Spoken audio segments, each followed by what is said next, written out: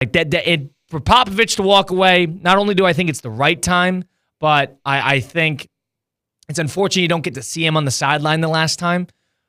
But it doesn't take away from probably my two GOATs of the NBA. Now, Popovich has the most wins, regular season wins in NBA history, but like when you second company.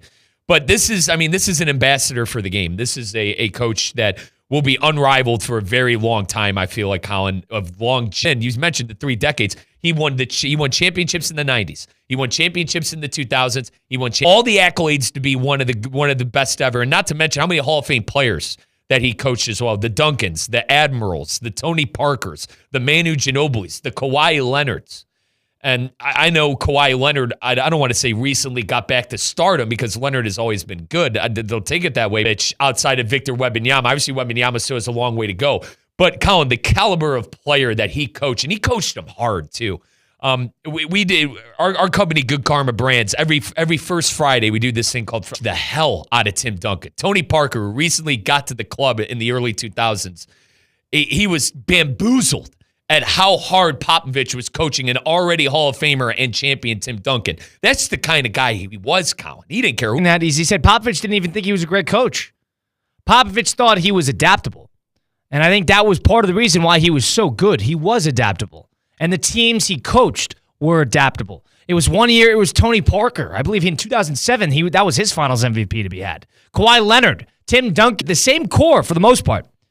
As adaptable of a coach as there has ever been. And that is the testament of loyalty, consistency. The Spurs had a lot of years where they were flirting with greatness and they got burned a little bit. They won 40-1 at home the same year the Warriors won 73-9. Has 5 titles. It's a shame that he's walking away. He signed a 5-year extension in 2023, so he tells you that this is completely health-related. Years old. He's going to stay with the club as the team president, but it just makes me think, in terms of like the dynasties, the Bulls, greatness, but in a lot of ways, a lot of these dynasties in a row. Yep. And it makes you think that the fact that they were able to do it over a 15, 20-year period, I think it's one of the more, it's a dynasty. It's the most underrated dynasty, I think, in NBA history. Here's the problem. Can I compare it to another 3 different championships in 3 different eras? They are the Patriots, but not treated as such. Right. And maybe it is because you had the likes of LeBron James come up. You had the Lakers with Phil Jackson, Kobe Bryant, the basketball is defined by its dynasties. And also, Colin, like, I'm not saying Tim Duncan is arguably a top 10 player, top 8 player of all time. The issue has to do with the Mamba mentality and the way that he played. The Spurs quietly toiled away at the NBA. They did it with team basketball. They were the Warriors before the Warriors. Yeah, he's got a little Bill Russell to him. But you get not the flashiest person in the world, but somebody who is the ultimate winner, the most reliable player on the floor. You said he normalized ball movement and stuff. The Warriors normalized the 3-point shot and moving the ball around. The Spurs normalized teamwork. Unselfishness. A unit that were the testament of time for 3 decades with Gregg Popovich. Yeah, because you think about the Phil Jackson teams that were mostly dominated by that triangle offense, even with the Lakers. And then, you go back to the 80s and you get the Pat Riley Laker teams who were characterized by the fast break. The Celtics, too. The size, shooting, popularized that. Boris Diaw was somebody who I always think of when I think of the ultimate Spur. Weirdly enough, it's not Ginobili. I think of Ginobili and Parker, of course.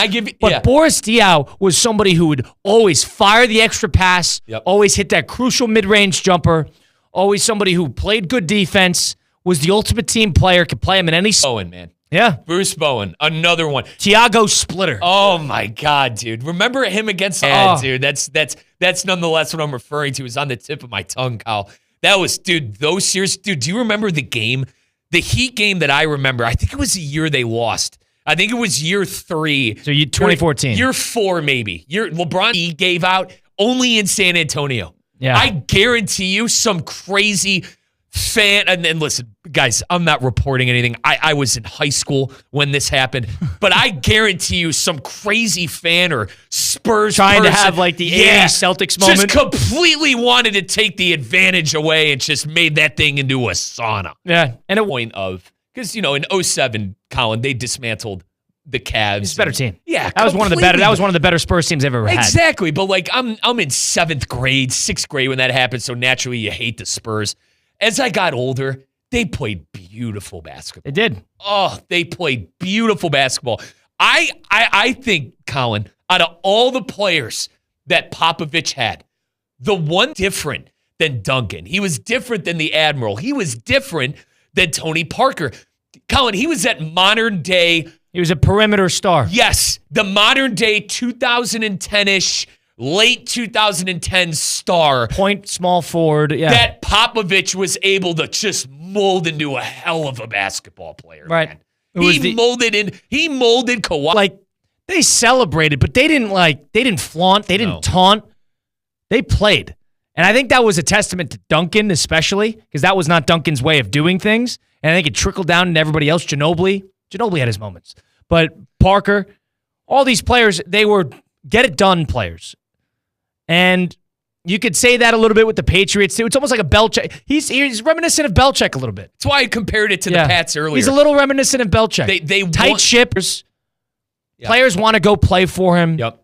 Belichick, towards the tail end of his career, that wasn't the case. But that's a Bill Belichick comparison. It is, and that's why early on, if we're going to compare sports, we're going to compare teams. But I love baseball. I got to do it. Terry Francona.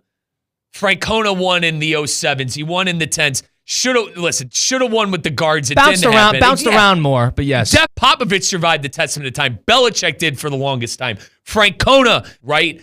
Belichick, I think the one that probably isn't a player coach is Belichick, because Belichick just really did whatever the hell he wanted and it worked. But you heard it from Popovich in the conversation he had with our CEO of Good Karma Brands, Gregg Karmazin. He didn't play. If Colin, from Bruce Bowen to Boris Diaw to Robert Horry on down, if you were a Spur, it was for a reason, because Popovich believed in you and he believed in you in a big spot. How many unspoken heroes unsung heroes came up for the Spurs during the runs? The Robert Horrys, the Bruce Bowens, the Boris Diaws. I'm sure there are plenty more. It's always like a Julian Edelman type. It was Brady elevating the players around him. That's what you respect. Yeah, and the thing about the Spurs, too, is it's almost forgotten about because of just how poor they've been the last couple of years. But that has been a team that has been as consistent as anybody has ever been in the history of basketball, because they made the postseason every year of Popovich's career until the last, 5 or so years. They haven't been able to get anything. And it's a shame, because you wanted to see him sort of have his final moment, and it kind of ended on a whim like that. But Popovich is somebody who, in my opinion, he's outspoken. He's a trailblazer in that regard. Steve Kerr takes a lot from him in terms of, he speaks on social issues. He speaks on political issues. Basketball, he defied everything that we know about NBA coaches, because NBA coaches, if you're great, you're axed. If you have a bad year or two, you're axed. You're gone. Championship doesn't matter. Hall of Fame player doesn't matter. Players like you doesn't matter. He was so old school, hadn't left in 30 years. I don't know if we'll never leave the but he's on the back. Steve Kerr? I don't know if he's going to coach into his 70s. Yeah, right. I agree. I don't think he needs it enough. But in terms of the coaches that can get away with murder, it was Popovich and it's Kerr. Mm-hmm. That is it. Yeah. As of in the current landscape of the NBA, I agree. And that is it. One more thing on Pop from me. Kali continued to coach after the dynasty. Like, obviously, when Kawhi Leonard left. Yeah, he embraced the rebuild. Yeah. He never necessarily tried to completely rebuild. Right. But now they went and tried to they tried the DeRozan experiment. They tried the LaMarcus Aldridge experiment post Kawhi.